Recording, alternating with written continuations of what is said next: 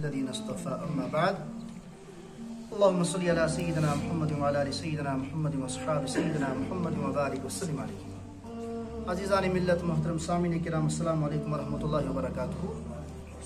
آج سبق نمبر 125واں سیرت پاک صلی اللہ علیہ وسلم کا ہے. گزشتہ سبق ہم نے پڑھا تھا کیونکہ ہم نے ہجرت کے جتنے بھی واقعات وہ سب پڑھ لیے تھے اور اختتام پر تھا سبق جو ہم نے گزشتہ پڑھ لیا تھا 2 دن پہلے. گزشتہ سبق ہم نے پڑھا تھا کہ آپ صلی اللہ علیہ وسلم عظمت اور شان کے ساتھ قبا سے مدینہ منورہ کی طرف آخری ہجرت کے پڑاؤ کا سفر کر رہے تھے. اس میں آپ کے ساتھ انصاری صحابہ تھے, آپ کے تحفظ کے لیے بھی وہاں پر موجود تھے, اور آپ کا قافلہ جس طریقے سے جا رہا تھا وہ ہم نے گزشتہ سبق میں پڑھ لیا تھا کل کہ کس انداز میں آپ نے داخلہ فرمایا مدینہ منورہ میں. پھر اونٹنی کس طریقے سے کہاں رکی یہ بھی ہم نے پڑھ لیا تھا. پھر آپ کہاں پر قیام کیے وہ بھی ہم نے پڑھ لیا تھا. اب آج کا جو سبق ہے 125واں سبق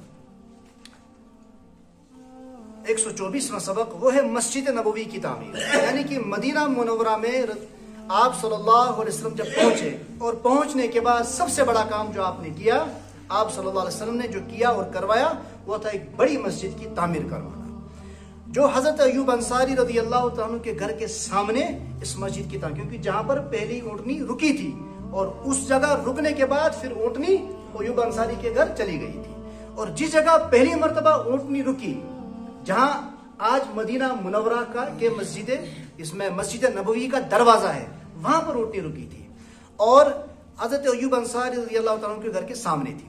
یہ جگہ شہر کے درمیان میں بھی تھی اور کھلی بھی تھی. یہ جگہ حضرت سہل اور حضرت سہیل یہ دونوں بھائی تھے سگے اور دونوں یتیم بھائی تھے, ان کی تھی یہ جگہ جہاں پر پہلی مرتبہ اونٹنی بیٹھی تھی اور جو جگہ متعین ہوئی مسجد نبوی بننے کے لیے.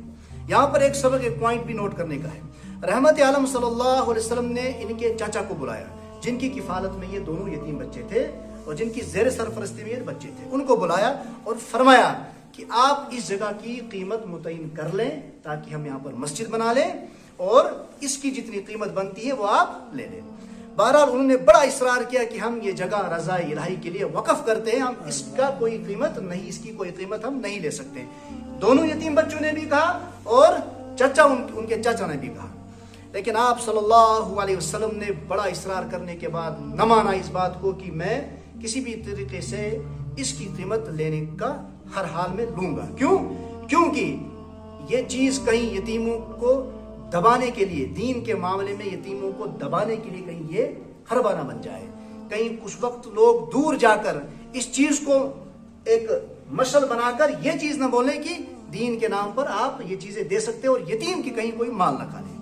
لیکن حضور اکرم صلی اللہ علیہ وسلم نے اسے لینے سے انکار فرما دیا اور قیمت دے کر لینے کی بات طے ہو گئی, کیونکہ ایک تو یہ بچے یتیم و نابالغ تھے, دوسرے اس طرح یتیموں کی زمین دین کے نام پر دبانے کا رواج پڑ سکتا تھا. اکثر روایت کے مطابق اس کی قیمت 10 دینار حضرت ابوبکر سید رضی اللہ تعالیٰ عنہ نے ادا کی.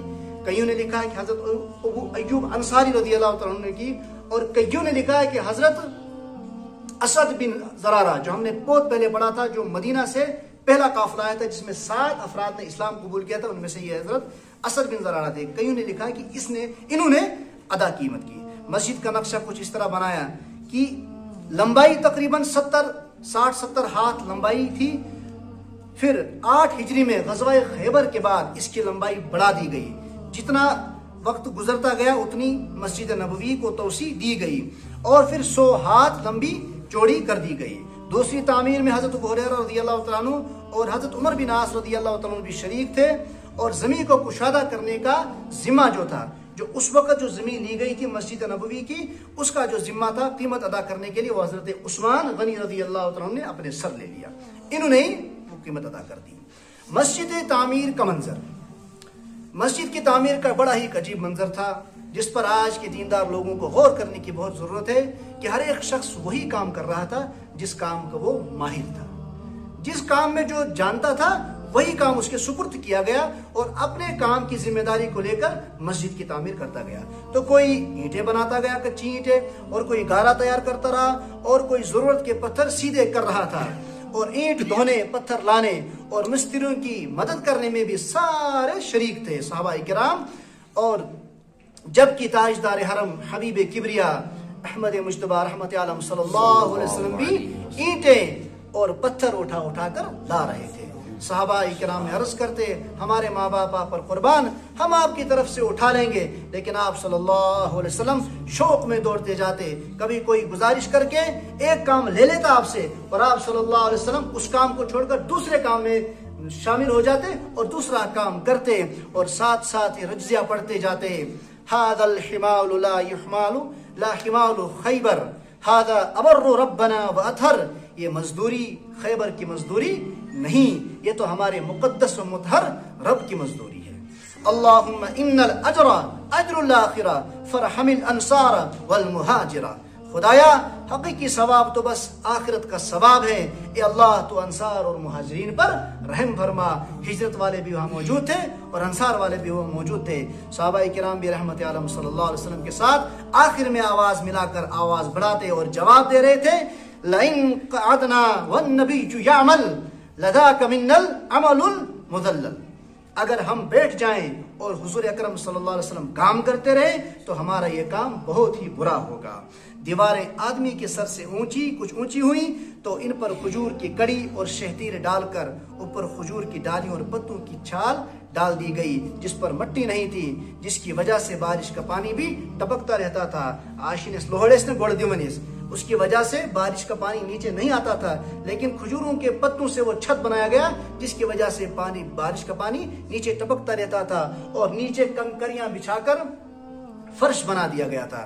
سبحان اللہ، یہ تھی یتیم مکہ کی سادی مسجد، جس کو مسجد نبوی کہا جاتا ہے، جو مسجد حرام اور مسجد بیت المقدس کے بعد دنیا کی سب سے مقدس مسجد ہے۔ اس میں آج کا نقش و نگار کچھ بھی نہیں تھا، کچی اینٹوں کی دیوار، کنکریوں کا فرش اور کھجور کے پتوں کی چھت تھی۔